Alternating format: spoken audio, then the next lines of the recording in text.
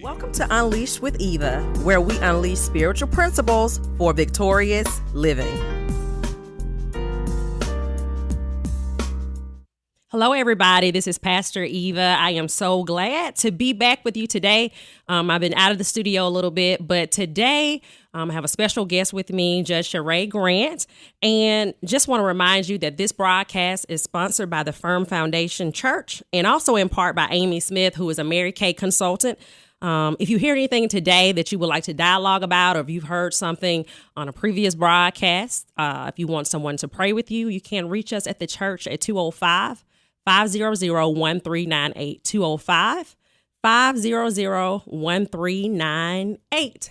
So, Judge Grant, how are you today? I'm well. Thank you so much for having me. I'm so glad you were able to join us. I first met Judge Grant, I think it's been about 2 years ago, at a picnic at Patton Park. That's right. And at that time, she was campaigning for the seat that she currently holds.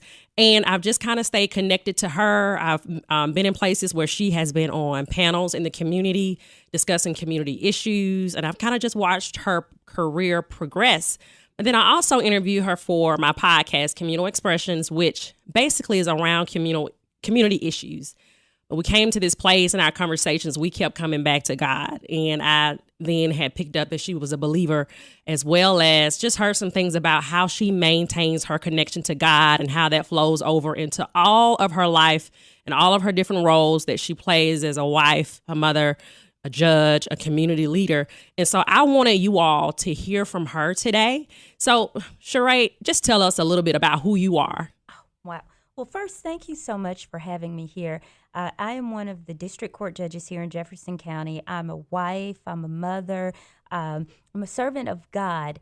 I preside over the district court civil cases where the claims that are in dispute, if it's $10,000 and under. So a lot of people think of it as small claims court. So it's a little bit like I have a little feel of a Judge Mathis, Judge Judy type feel. And I also handle any personal injury cases where the amounts may be $10,000 and under. I've been a wife married to my husband, Daryl Grant, it'll be 15 years coming up in October. I have 2 children, a 9 and a 5-year-old. And I am a community leader. I grew up here in Birmingham. I grew up in the Inslee area, actually, and I graduated from Ramsey, went to Alabama State for undergrad, and LSU for law school.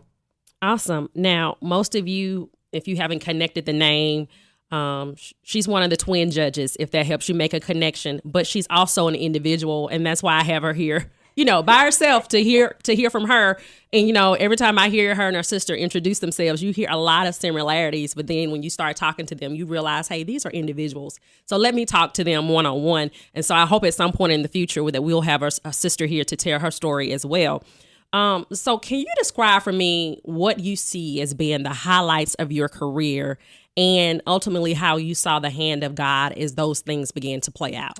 Okay, so before I've been on the bench for about 2 years now, and before I took the bench, I had a very diverse career. I was a prosecutor in Atlanta. I spent about 8.5, 9 years of my career in Atlanta, and I will say one of the highlights, clearly taking the bench has been a highlight of my career, but before that, when I felt like I was really in the trenches, was being an advocate for women for domestic violence and sexual assault. So that was a really big highlight in Georgia, where I was a prosecutor, where I handled stranger-on-stranger rapes, any domestic violence cases, where I was a voice for those who could not be a voice for themselves. And honestly, after having gone through, my mom was a battered spouse. And so for me, it was very personal to me to see that the children in those situations, to see that those kids were being taken care of and that they didn't have to deal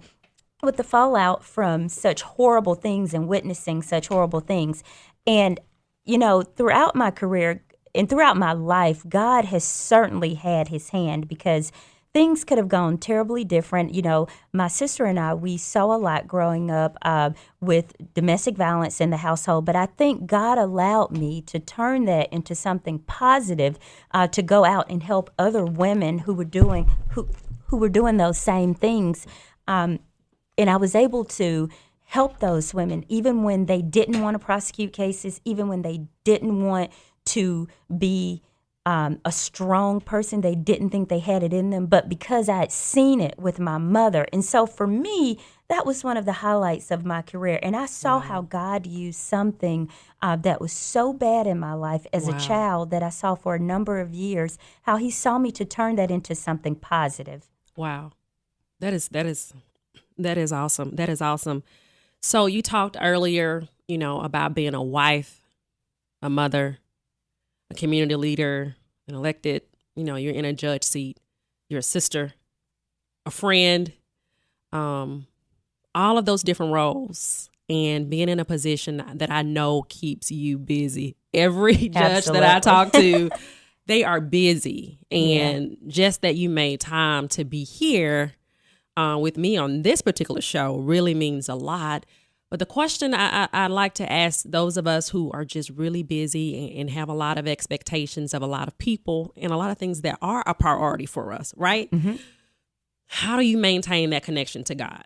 Wow. Well, maintaining the connection to God, honestly, is an absolute for all the wonderful things that God has done, because sometimes I wake up and think that I really am living a fantasy. So I maintain that connection. The first thing that I do every morning, I read Jesus Calling. I read, and then I also read this book about God being a mother. Those are two things that I try to read, because I have to make sure that I'm giving God the first in the morning, so that and sometimes it's right on point. If I wake up a little anxious about the day ahead, I'll hear something that says, relax, I have it under control. So I maintain I think I maintain it by certainly giving God first in the morning. One of the things that my mom used to do with my twin sister and me is we always had a morning prayer every morning in the car. And so now with my children, it's just funny. I didn't even realize, but so now we have a morning prayer every morning. We pray for the friends that God brings, the appropriate and the right friends in their lives, that they're making good decisions, that the blood is just pled over their lives with all the things that are happening in school. And so I really try to make sure that God gets the absolute first. And I will tell you, I can tell if I did not wake up and if I didn't read something, or if I didn't pull out the Jesus Calling book, something just doesn't seem right in the morning. And another thing that I do that's always important, I think the role of a judge is so important, and I think we have a tremendous amount of power, and you have to make sure that you stay humble and that you understand that even though you're a judge, you are truly a servant. You are a servant for the people. So before I open the door to go out on the bench every morning, I say one more time, I say, God, please help me to make those decisions that are pleasing to you, and help me to do the right thing. Because sometimes it's not always easy to do the right thing when there are so many different lawyers and people are saying certain things in court, and other people are not being represented. I'm like, God, help me to make those decisions that are pleasing to you and do the right thing, because I know that he put me there for a reason. In that court, it's not a criminal court, it's a civil court, but still things are happening where people's lives are changed. People are losing their houses. People are being sued. Their wages are being garnished. And then those people are not able to afford the lifestyle that they thought they had. And so it's important for me to make sure that I give God the first in every morning. That's awesome. That's awesome. So centering yourself before you go out to that day, and allowing the inner to inform the outer. And the things that you express throughout the day. And it's easy, to get off target. And then you look up like, wait a minute. Did I pray today? Did I center myself today? And even if you have, it's still sometimes you can get pulled in a direction and you just have to snap back. But once you know what it feels like to be centered, it's easy to dictate or to or understand when you have come off balance. So I really appreciate that. Now you're currently in a judge seat. You're have a seat in which you guys have been in articles around the country, around the world. These 9 Black women that took judge seats, just kind of took us by storm last year. And so that's the seat that you're in. That's the title that you hold, the office that you hold. Do you see any connection to that and God's ultimate call on your life? Oh, absolutely. So, if we had enough time, I will just tell you what this judgeship has represented just so much more than being a judge to me. There are three things I typically pray about because I know I've had issues. I pray for contentment, commitment, and confidence in myself. Those are the three C's that I pray about. And the contentment is being content wherever God has me because there have been times I felt like I could be wrought with ambition trying to rush this. I have to get this by a certain time. I have to move my career in this direction. I have to do this. But God has shown me that everything works in His timing. And so, there were years when I thought, I should have done this before. I should have done that. But God, everything has been by His perfect design. When I first decided that I was going to run, I had a very diverse career, having been a prosecutor, having been a defense attorney where I handled criminal and civil cases. And then I left that and became a deputy chief public defender where I helped those people that could not afford a lawyer. And I said, God, I know there is something more that you have for me. And I will never forget, I was thinking about running for another seat because people told me that the seat that I have now, that was not the seat for me. It was for someone else. And God said, and I prayed about it, and God said plainly to me, this is the seat for you. You need to do what I tell you to do, and it will all come together. It was one Sunday morning when I got up. You don't need to listen to what other people, just trust me. Wow. And so this whole thing, there were people that were in the race with me. Certain people started to drop out because God said, if I tell you to do something, no weapon formed against you will prosper. Does not mean that weapons won't be formed, but they won't prosper. Right. So when certain people started to drop out of the race and then the judge retired a year early, I said, oh my gosh, the governor is going to appoint someone. And so when the governor decided that he was going to appoint someone, I got really down because I said, I don't know anybody in the governor's office. I'll never get the appointment.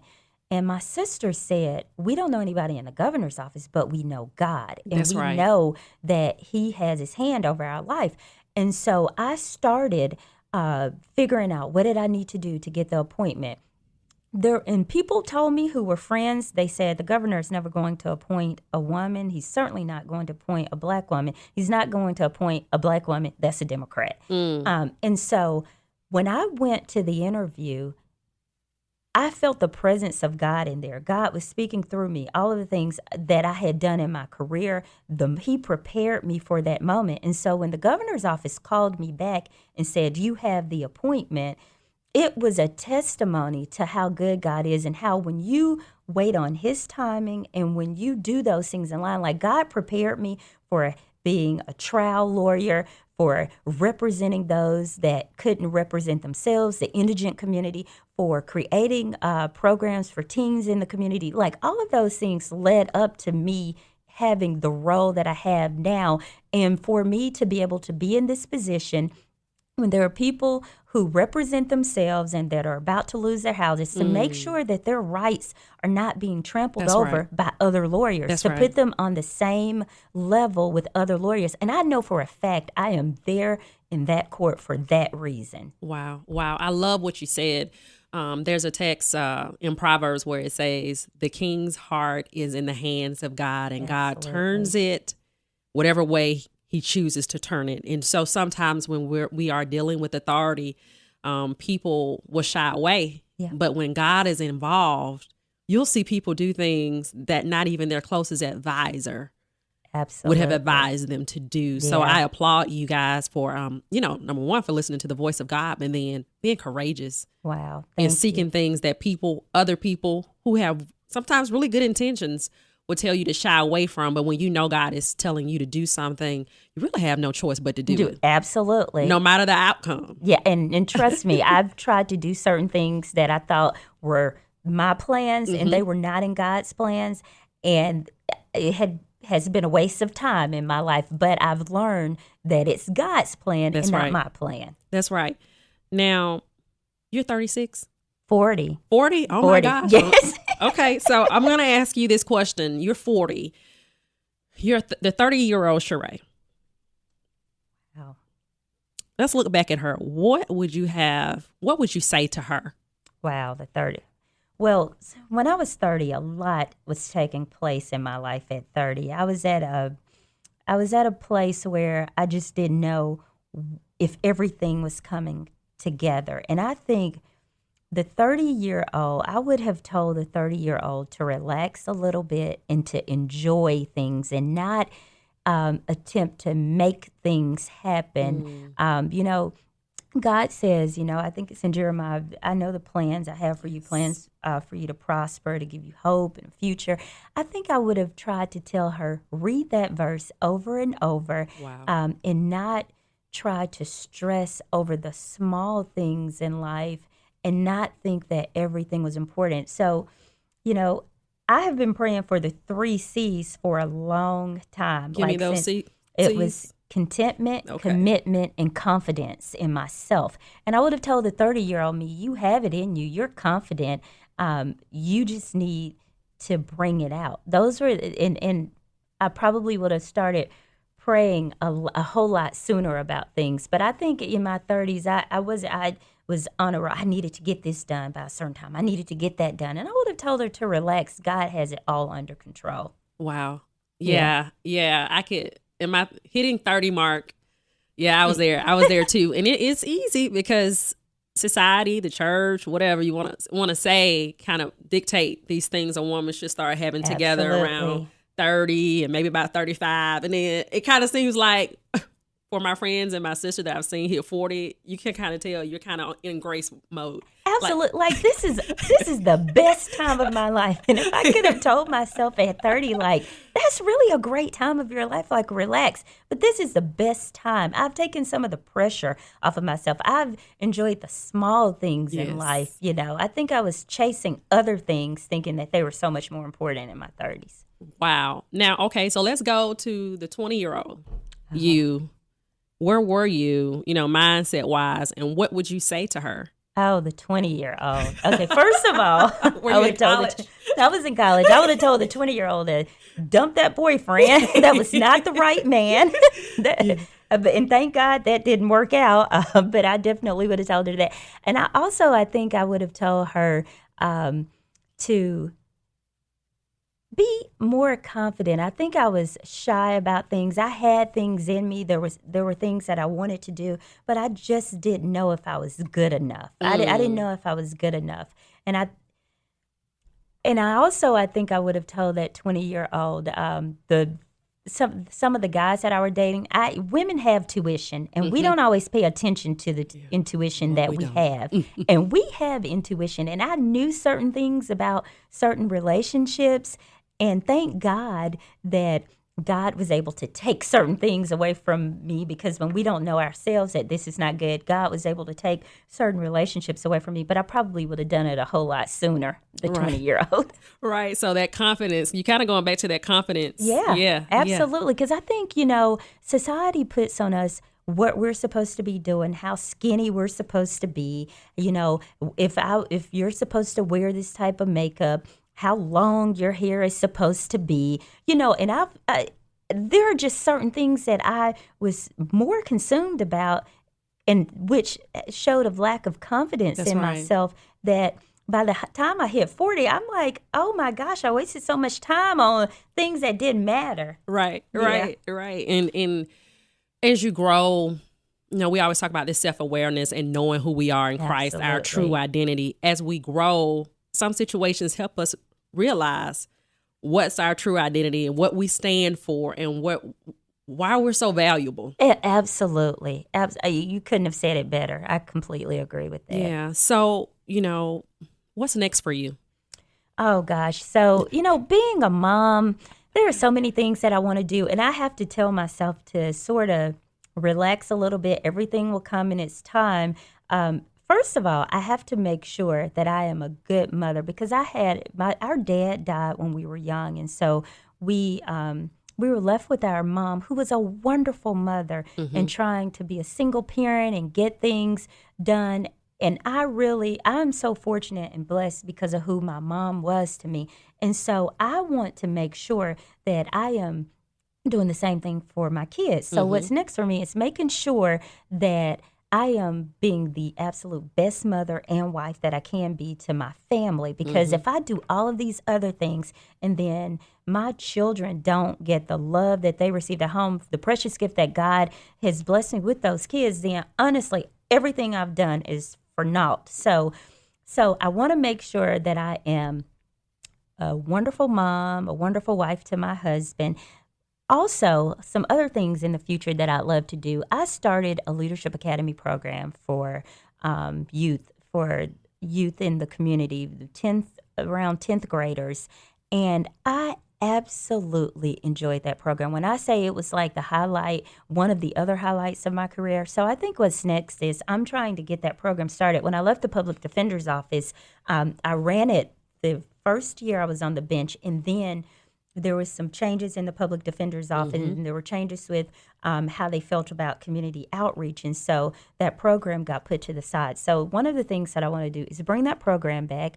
I also, one of these days, when things slow down, when my kids aren't doing soccer and baseball, I want to write a book. I sat down. I used to spend most Fridays talking to this convicted murderer who spent a number of years in prison for murder.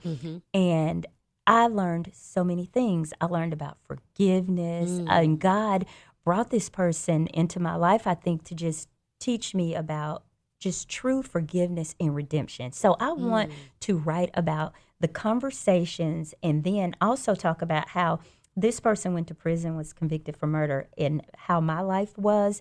And we weren't that far off as far as some of the things that happened when we were growing up. I mean, he's a much older gentleman, but I want to bring that into how he shaped my life on learning about, teaching me about forgiveness and redemption. Because when my mom was abused, I honestly had hate in my heart for the person that abused her. And it wasn't just a punch or a slap, which is a big deal. Right. There were broken bones and surgeries and things that happened to my mom. And I had hate in my heart for this person for a long time. But I learned from talking with the gentleman every Friday about how people can change and how you forgive people. And forgiveness is not necessarily for them, but you forgive them for yourself, to release it for yourself. And so when I forgave the person that did those horrible things to my mom, it was like, I remember the day that I forgave him. I was pregnant with my son. And my son is 5 now, so it's been probably about 5.5, 6 years ago. It was like a ton of bricks was lifted off of me. So what's next for me? I need to write this book so I can just talk about how having a conversation with someone who spent all of these years in prison for murder and all the, this horrible thing that this person did, how he shaped and changed my life. So those are some of the things that I'd love to do and continue. I'd love to continue serving in the position that I'm serving in. A lot of people say, do you ever think about maybe going to the circuit court or Supreme Court, blah, blah, blah?